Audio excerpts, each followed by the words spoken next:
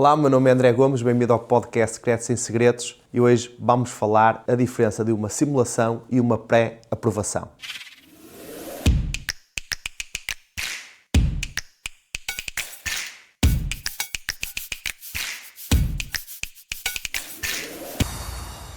A realidade é que a diferença entre uma simulação e uma pré-aprovação é nenhuma.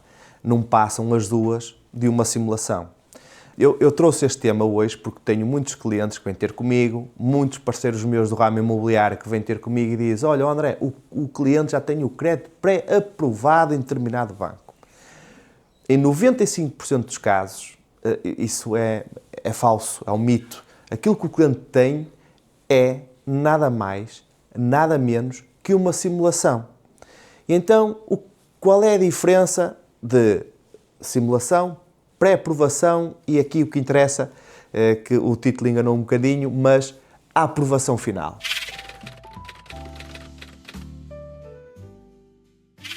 A diferença é que a simulação qualquer um pode fazê-la. Isto é, hoje em dia existem ferramentas, seja na internet, aplicações nos telemóveis, em que nós conseguimos pôr o prazo, pôr uma taxa média, e conseguimos ver isso através de mesmo os próprios bancos já começam a partilhar quais são as taxas que estão a praticar, o prazo, o valor, e aquilo dá-nos um valor. E nós com esse valor conseguimos perceber exatamente se nós conseguimos pagar, se faz sentido para nós, etc. A pré-aprovação é o que é? É algo, ou agir é pré-aprovação, mas que eu digo que é uma simulação, porque nós não podemos trabalhar com pré-aprovações. O chamado pré-aprovação é basicamente, eu reúno alguns documentos, ou os documentos todos de um determinado cliente, envio para um gestor bancário e o gestor bancário faz ali uma análise e mandam a dar um parecer se tem viabilidade ou se não tem viabilidade, mas isso não é uma pré-aprovação. É, olha, está viável, não está viável. E depois, uns até diz mesmo, o cliente não tem capacidade para isto, mas mandam uma simulação na mesma. E muita gente confunde isso com uma pré-aprovação ou aprovação e não é, e está muito longe de ser disso. Porquê? Porque o processo não sai do balcão. O processo chega ao gestor, o gestor analisa e partilha a simulação. Só depois de ganharem a operação, isto é, depois do cliente escolher o banco onde vai submeter o processo, é que vem muitas vezes, nem sempre acontece, mas muitas vezes vem o checklist final daquilo que é preciso para o processo ser submetido.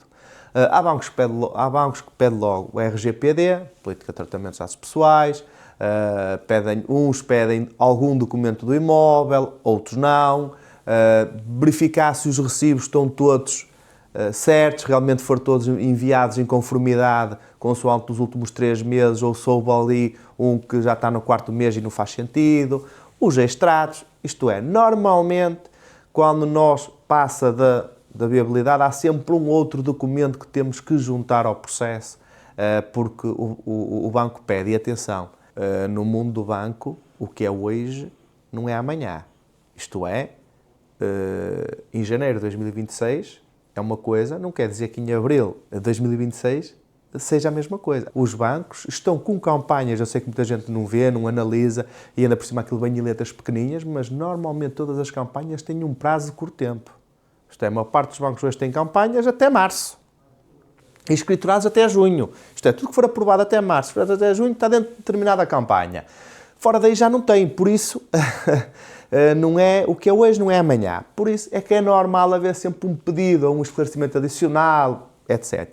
E depois disso, o processo é submetido a risco. Consoante o banco, existe o chamado poder de balcão ou fora de balcão, que é o processo é analisado criteriosamente entre recibos, extratos bancários, apostas online, saldos a negativo, se ter prestações com juros de mora, que é prestações em atraso.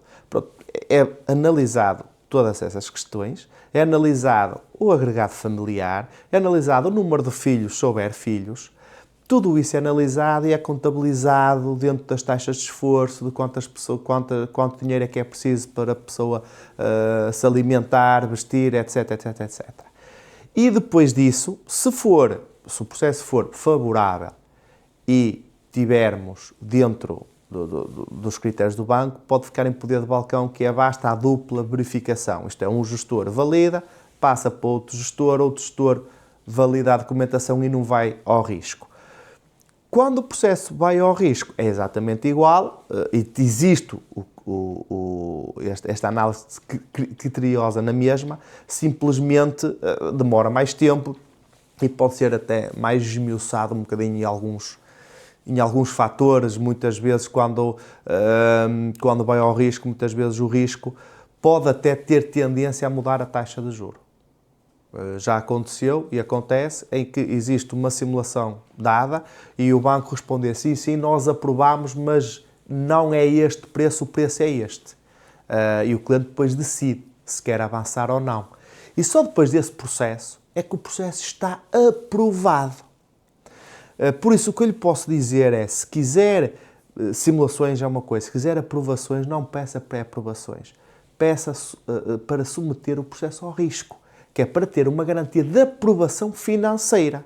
Isto é, o seu processo está oficialmente aprovado, você sabe que para aquele valor, vou dar aqui um exemplo, 200 mil euros, está aprovado. Ok?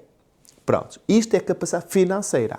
E depois vem à parte, mas aí é separado, e eu posso considerar na mesma aprovado, porque a outra parte é o imóvel, onde é a avaliação.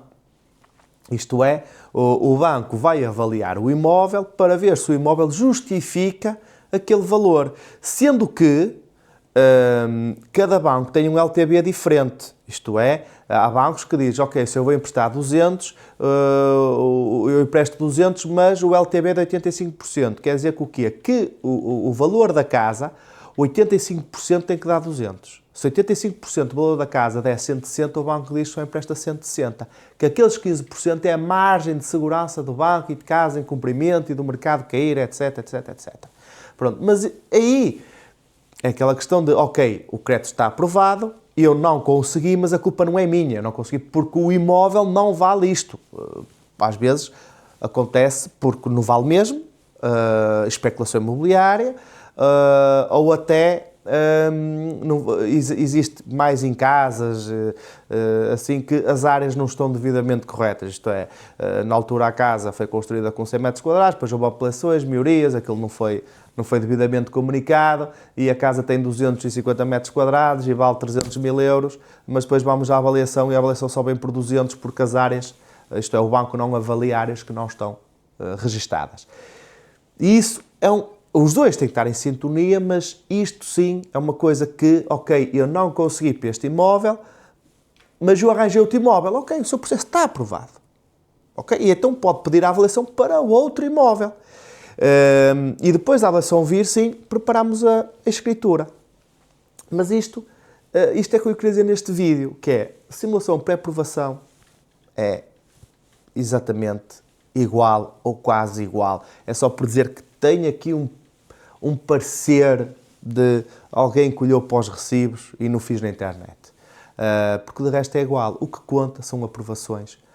Por isso sugiro que para se munir de ferramentas, para se munir de uma negociação, vá com o seu processo aprovado e não com uma pré-aprovação, porque depois fica mal, é chato, existe pressão e a sua própria expectativa é defraudada. Obrigado por assistir a este episódio, siga este podcast, siga as minhas redes sociais, estou disponível para ajudar, entre em contacto.